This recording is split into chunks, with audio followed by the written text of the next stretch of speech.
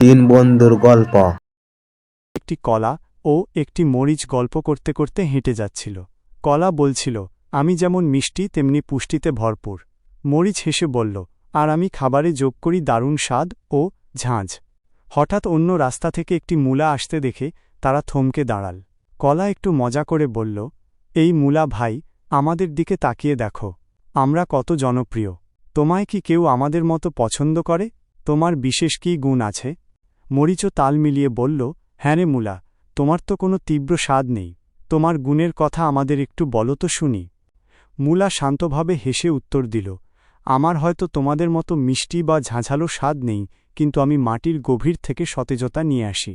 গরমে শরীর ঠান্ডা রাখতে আর হজমে সাহায্য করতে আমার জুড়ি নেই।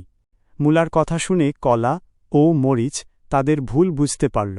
তারা লজ্জিত হয়ে বলল, আরে মূলা বন্ধু, আমরা তো তোমার সাথে একটু দুষ্টামি করছিলাম। তুমি একদম রাগ করো না।